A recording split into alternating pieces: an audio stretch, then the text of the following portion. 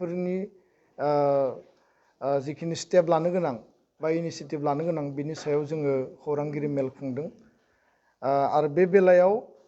जोङो गोथौयै दुखु मोननाय फोरमायदों आरो जोंनि खुद्रिनाय जोंनि रिसेन्टमेन्टखौ जोङो अलरेडि सरकारनो जोङो फोरमायबाय नाथाय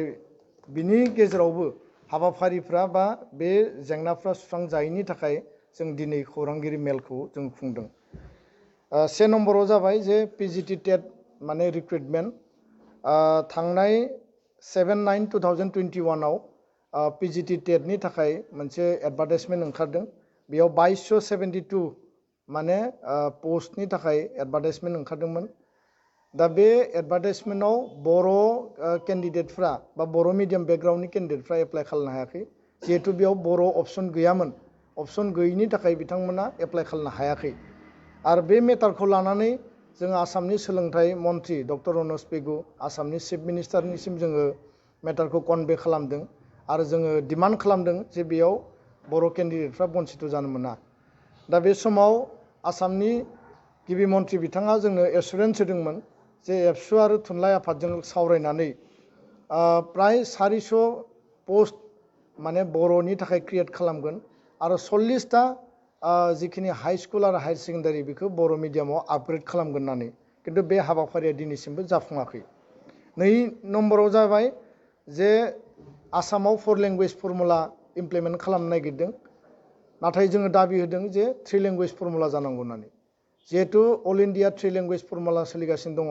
बिमानि राव बर' बा असमिया बा असमिया इंराजि आरो राष्ट्र भाषा हिन्दी नाथाय आसामाव मोनसे 18 डिसेम्बर 2019 आव मोनसे गभर्नर नटिफिकेसन ओंखारदों बेयाव लिरनाय दङ जे असमिया मिडियामनि थाखाय असमिया बिनि उनाव इंराजि बिनि उनाव 50 हिन्दी आरो 50 आदार्स बर' बा कार्बि राभा गुबुन गुबुन और 100% एसामिस देट मिन्स बिसोरो माने 50 + 50 खौ फरायाबा 100% एसामिस फरायनो हागोन माने एसामिस इंलिश आरो एसामिसखौनो फरायनो हागोन नैथियाव जाहैबाय बेंगली मिडियामनि थाखाय खालामदों बेंगली इंलिश आरो 50 हिन्दी + 50 आदार्स माने आसामनि लेंगुवेज और 100% एसामिस खालामनानै बेयाव होदों 3 नम्बराव जाहैबाय बर' मिडियामनि थाखाय बेयाव होदों बर' बिनि उनाव इंलिश 50 हिन्दी 50 माने एसामिस बा गुबुन गुबुन भाषा आरो और माने 100% एसामिस दा एसामिस मिडियामनि स्टुडेन्टनि बेकग्राउन्डआ बिसोरो एसामिस बा हिन्दीखौनो फरायनानै माने सोलोंथाइ लानो हागोन किन्तु बर' मिडियाम बेंगली मिडियामनि थाखाय 4 लेंगुवेज फर्मुलानि बार्डेन फैदों दा जोंनि स्टुडेन्टफ्रा साइन्स एन्ड टेक्न'लजि जोंनि स्टुडेन्टफ्रा माने डिजिटेल स्किलनि बे जुगाव गावबा गावनि केरियार गावबा गावनि भबिष्यतखौ दानांगौ बेबायदियाव लेंगुवेज बार्डेन होनायखौ जों लुबैया रावखौ बयबो रोंनांगौ सोलोंनांगौ राव सोलोंनाया मोजां बाथ्रा किन्तु राव सोलोंनो थाखाय गोबां लामा दङ किन्तु जोङो सिलेबास हिसाबै जोङो माने राव सोलोंनायखौ जोङो लुबैयाखै आरो बिनिखायनो जोङो बे 4 लेंगुवेज फर्मुलाखौ जों अपोज खालामो 3 नम्बराव जाबाय निपुन भारत 7/10/2021 नि मोनसे एडभार्टाइजमेन्ट अक्ट'बर मासनि बेयाव फाउन्डेशनेल लिटारेसि एन्ड निउमारेसि बे गभर्नमेन्ट अफ इन्डियानि मोनसे मिनिस्ट्रि अफ एजुकेशननि नेशनेल इनिशिएटिभ आरो बेयाव आसामाव समग्र शिक्षा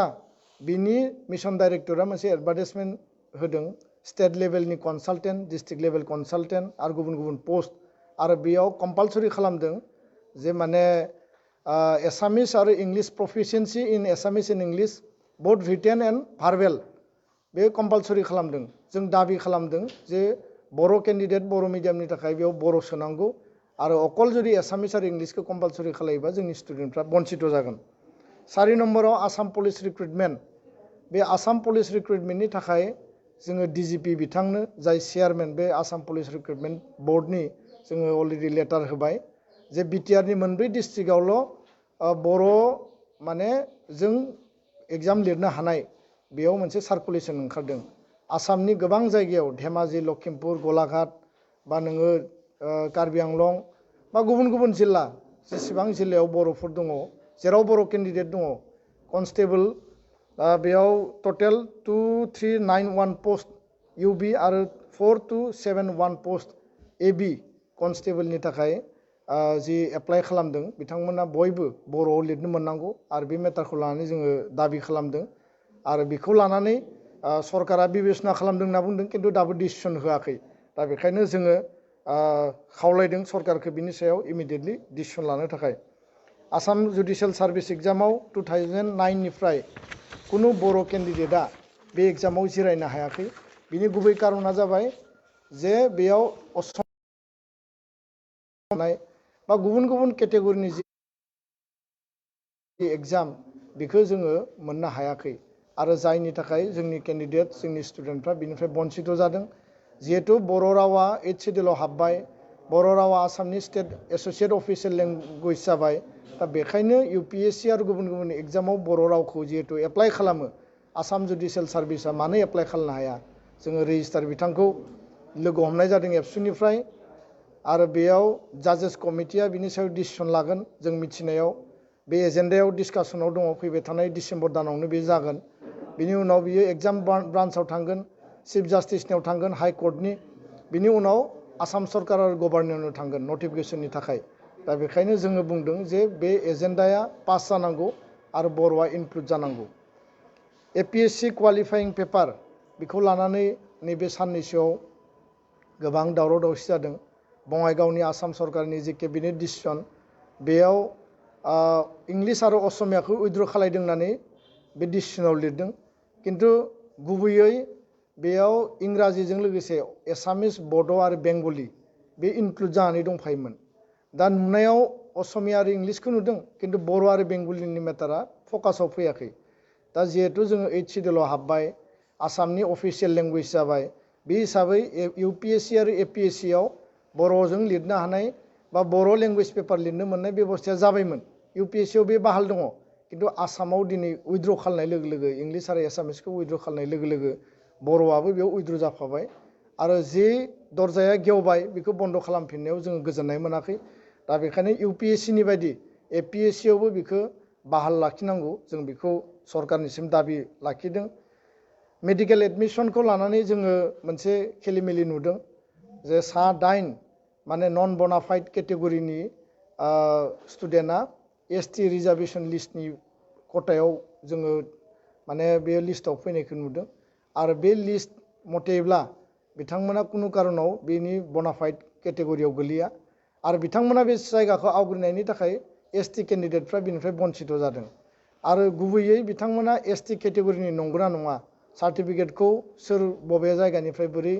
मोनखो बोरै प्रभाइड खालामखो बे गासै मेटारखौ लानानै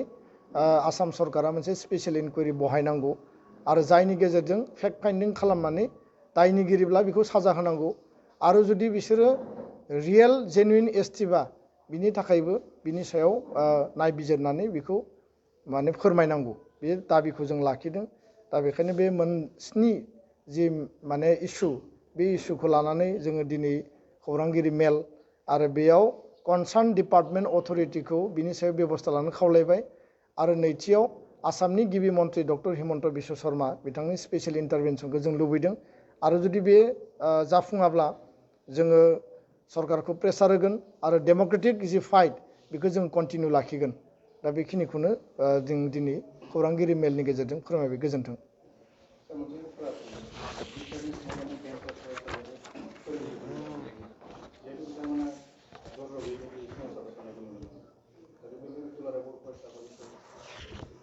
बिटिआरनि जि सुक्ति बायदि 6.3 6.3 जिखिनि जोंहा भेन्सार इन्स्टिटिउसन दङ LP2 कलेज बे भेन्सार इन्स्टिटिउसनफोरखौ प्रभिन्सियेलाइज खालामनायनि बेयाव दफा दङ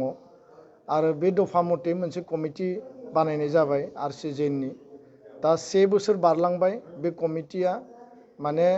खोब प्रपारलि बियो हाबाफारिखौ मावनो हायाखै आरो मावनो हायैनि जाहोनखौ बिथांमोना बुंनो नागिरो जे गेजेराव कभिड सिटुएसन थांबाय लकडाउन जाबाय गेजेराव नोङो बिसायख'थि थांबाय बेयाव मडेल कड अफ कन्डाक्ट थांबाय दा दुलाराय बर' फरायसा आफादा सिगनेटरि अर्गेनाइजेसन हिसाबै जोङो कमिटिखौबो जोङो प्रेसार होगासिनो दङ मिटिङा जायाखै नङा खेबनै जालांबाय कमिटिजों थांनाय समाव आरो आसामनि सोलोंथाइ मन्थ्रि आसामनि गिबि मन्थ्रि बिथांमोनखौ जोङो प्रेसार होबाय थादों जे बिनि प्रसेसा गोख्रैनो जानांगौ जिहेतु NEP फैनो थांगासिनो 2022आव NEP जानायनि सिगां भेन्सार स्कुलखौ प्रभिन्सियेलाइज खालामनायनि खामानिया स्पिड आप जानांगौ आरो बेखौ लानानै चिफ मिनिस्टारा जि मडेलिटि बबे आधाराव जेराव निट बेसनि मेटारा बेयाव लिरनाय दङ दा निट बेसनि आधारा मा जागोन बिनि बेसिसा मा जागोन बे निट बेसखौ डिफाइन खालामनो थाखाय मोनसे मडेलिटि तयार खालामनाय जागोन आरो बे मडेलिटि मथे स्कुल प्रभिन्सियेलाइजेसना जागोन बे सरकारनि बाथ्रा आरो बे मडेलिटिखौ जोंनिफ्राय अलरेडि होनाय जाबाय नैबे मडेलिटि बे आधाराव निट बेसआव स्कुल प्रभिन्सियेलाइजेसना जानांगौ होननानै दा चिफ मिनिस्टारा जोंजों रायलायनो गोनां नाथाय बियो खेबसे रायलायनो गोनांमोन सेप्तेम्बर दानाव बे पस्टपन जाबाय दा बे डेटआ रिसेडुल जायाखै दा बेखायनो जि लामाजोंनो जाया मानो कमिटि सोलोंथाइ मन्थ्रि आरो गिबि मन्थ्रि गासैबो बे मेटारखौ स्पेसियेल एटेनसन लानानै स्कुल प्रभिन्सियेलाइजेसननि जि जेंना दङ बेखौ गोख्रैनो स्पिड आप खालामनांगौ आरो फैबाय थानाय 2022नि सिगांनो बे प्रसेसा आरम्भ जानानै बेखौ फोजोबनायनि गेजेरजों मोनसे न्याय आरो जास्टिस होनांगौ होननानै जों खावलायो फोरोंगिरिफोरा जोंनिसिम गोबां टेलिफन हरो सावरायफैयो लोगो हमफैयो बिथांमोननि जि जेंना बे गोलाव समनि जेंना आरो जिहेतु दफायाव दङ एकर्डआव दङ बे जेंना सुस्रांनाया सरकारनि बिबान आरो सरकारखौ प्रेसार होनांगौनि थाखाय जोंनिफ्राय जिखिनि मावबाय थादों बेयाव जोङो मालाबाबो खम खालामाखै फोरोंगिरि बिथांमोना गावनि डिउ राइटनि थाखाय सोमावसारदों जोंहा बिनि सायाव बुंनो गोनां गैया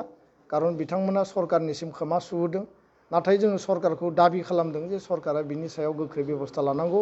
आरो बे मेटारखौ एट एनि कस्ट